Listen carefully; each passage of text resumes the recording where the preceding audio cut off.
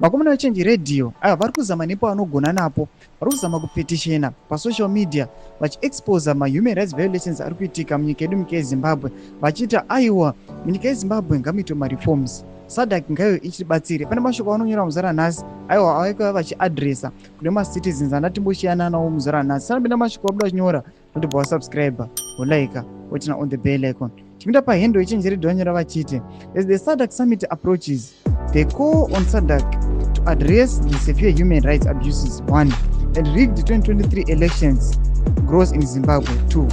Activists are being arrested and tortured, 3.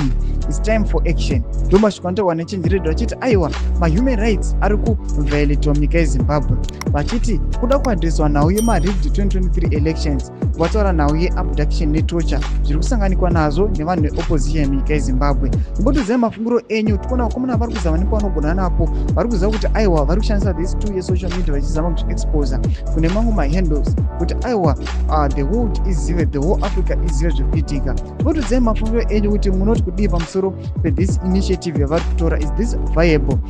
Pane change inoitika here? Pinai comment section medu mutize mafungiro enyu. Aiwa musangano subscribe like, totina on the page.